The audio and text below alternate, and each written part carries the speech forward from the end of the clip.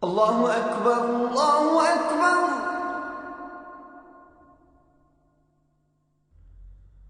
Allahu Akbar,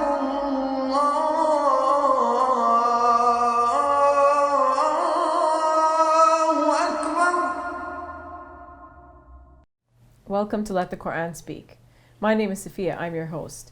The aim of Let the Quran Speak is to help you gain deeper insights into Muslims and Islam, as it is practiced here and in other parts of the world.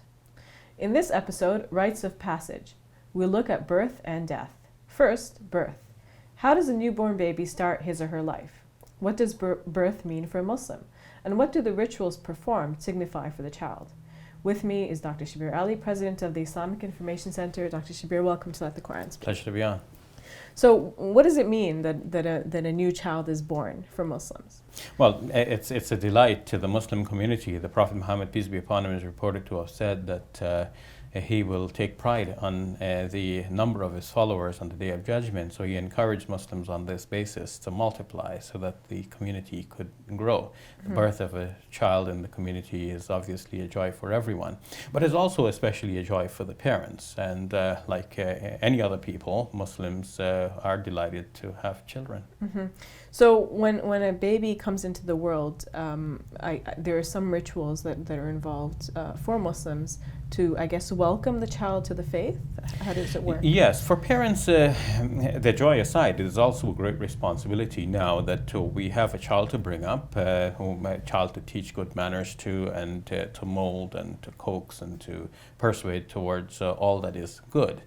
We're starting out with a blank slate here, and we want to write something good on it. We want to put the right impressions in the mind. Of course, we believe that a child is pure, having been born. Yes, this is a central Muslim belief that people are not born in sin, but we are born in the natural state of goodness. And so we want to preserve that. We want to teach the children our sacred traditions. So one of the things that are done very soon after the birth of the child is that the adhan, or the call to prayer, is made near the child. Sometimes the traditions mention in the ear of the child. Sometimes it's said the right ear. But near the child, so that this is one of the first things that the child hears, the call to prayer. And it's not so much because it is a call to prayer, but because it includes, that call to prayer includes some of the central declarations of the Muslim faith. It's what one would recite if one wants to become a Muslim, if one wasn't a Muslim yet.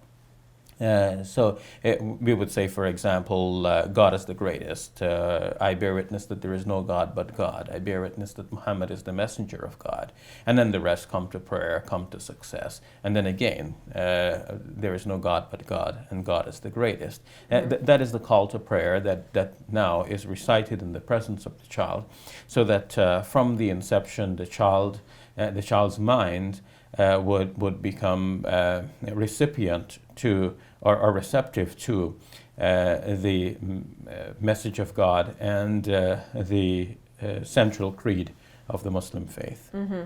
Now, there's some other things that are done. For example, the shaving of the head, the circumcision, the sacrifice. Can you talk about those aspects of Islam? Yes. A sacrifice is performed, and this represents the sacrifice that Abraham was willing to perform when, according to the book of Genesis in chapter 2, God commanded Abraham to offer his son as a sacrifice.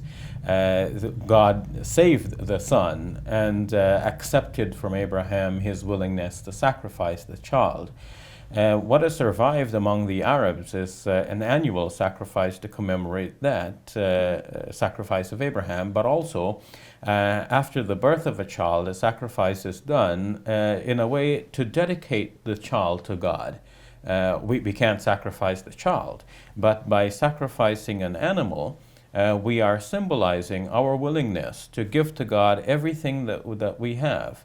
Including this child. In a way, we are sacrificing the animal instead of the child, but our intention is that we're dedicating our child to God. And this child, therefore, will have to be brought up according to teachings which are dear to God, and this child will have to be kept away from things which are harmful and bad and evil. What about shaving of the head? In the tradition, before Islam came on the scene in Arabia, it is mentioned that people used to shave the heads of the babies, and when they sacrificed the animal, they would take some of the blood of the animal and dab that on the head of the babies. This obviously is gross. And so the Muslims reported that after Islam came on the scene, we stopped dabbing the head of the babies with blood, and we would just rub some saffron instead.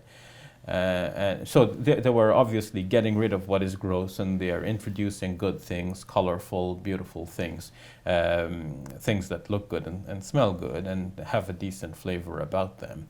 Also, it is mentioned that when Hassan, the grandson of the Prophet, peace be upon him, was born, the Prophet, peace be upon him, directed his daughter Fatima to take the shaved hair, weigh it, and to give away in charity some coins equal in weight. So they had silver coins at the time called dinars, and when they weighed the hair, it just came up to about 1 or 2 dinars that were given away in charity. It's just a small amount, but it is in a way highly symbolic, showing that at this moment of joy, when we are enjoying the entry of the new child into our families, we will not forget the people who are not so happy because they do not have enough to live on. So charity is a very important component of the Muslim life, and it is marked even at this time, one of the rites of passage. So some very symbolic aspects come out through the rituals devoted to the new baby then. Exactly. So we mentioned shaving of the head, but there's also circumcision. Do the two have anything to do with purity or cleanliness? Yes. One idea is that by shaving the hair, one gets rid of the hair which has been so immersed in the amniotic fluid. And of course, if we think to Arabia 1400 years ago, when water was not so widely available and soaps and so on, then it made perfect sense to shave the hair, because then that gets rid of whatever had clung to the hair, and it was a quick and easy way of cleansing the baby.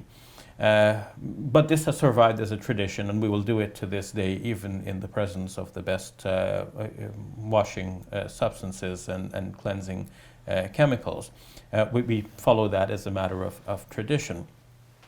In the case of circumcision, this is not only an act of cleanliness, but it also goes back to the practice of Abraham. In the book of Genesis, Abraham was told to circumcise himself and all of his male children as a lasting covenant. And though it is not treated in Islam as a lasting covenant with that level of seriousness, it is regarded instead as a sunnah, or as a widely known practice of the Prophet Muhammad, peace be upon him, himself, and of all of the previous prophets, especially of Abraham. So it is practiced in the case of male children for that reason, that it is a sunnah of the prophets. It is a custom of the prophets to circumcise the males. And yes, it is also, it reflects on cleanliness in that it just becomes easier to clean the male organ once it is circumcised. We haven't mentioned anything about naming the child. What are some of the guidelines about naming one's baby? That is also a part of our tradition. We know today from psychology that a person's name can affect the person's psychology. One likes to live up to one's name, even at a subconscious level. And so the Prophet Muhammad, peace be upon him, taught us to give good names to our children, names that reflect high aspirations and ideals. One of the greatest aspiration of a Muslim is to become a perfect servant of God. And so there are names which are popular in Arabic which denote a person as the servant of God. And the Prophet, peace be upon him, is known to have recommended that this is the best sort of name. So the name Abd means servant, and Abd and then Allah would be the servant of Allah. So Abdullah. the servant of Allah.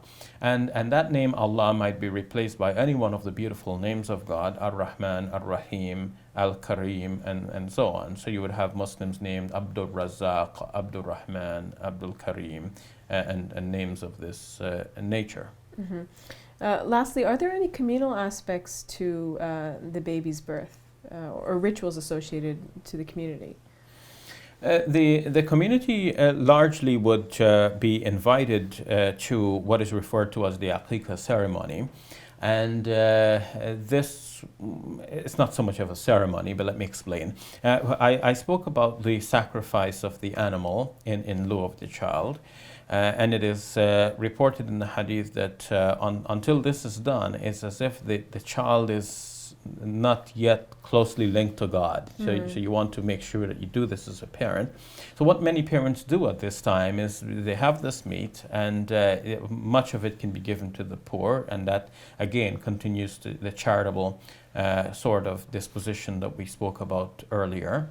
But many would also invite their family and friends to partake of a dinner or a lunch in which this meat would be served.